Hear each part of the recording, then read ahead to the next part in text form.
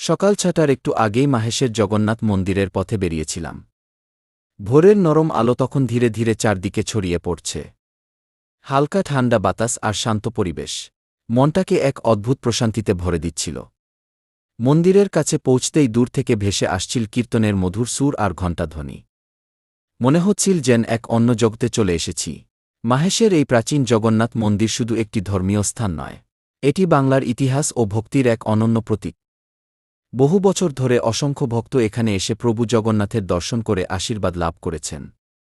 ভোরবেলার সেই পরিবেশ সত্যিই ভাষায় প্রকাশ করার মতো নয়।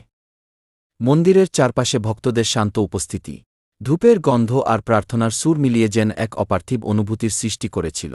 মন্দিরের ভিতরে প্রবেশ করে প্রভু জগন্নাথ, বলরাম ও সুভদ্রার দর্শন করার মুহূর্তটা ছিল অত্যন্ত আবেগপূর্ণ। চোখের সামনে দেবমূর্তিগুলোর অপূর্ব রূপ দেখে মন ভরে গেল এক গভীর ভক্তি ও শান্তিতে। সেই মুহূর্তে মনে হচ্ছিল জীবনের সব ক্লান্তি, সব দুশ্চিন্তা যেন ধীরে ধীরে দূরে সরে যাচ্ছে।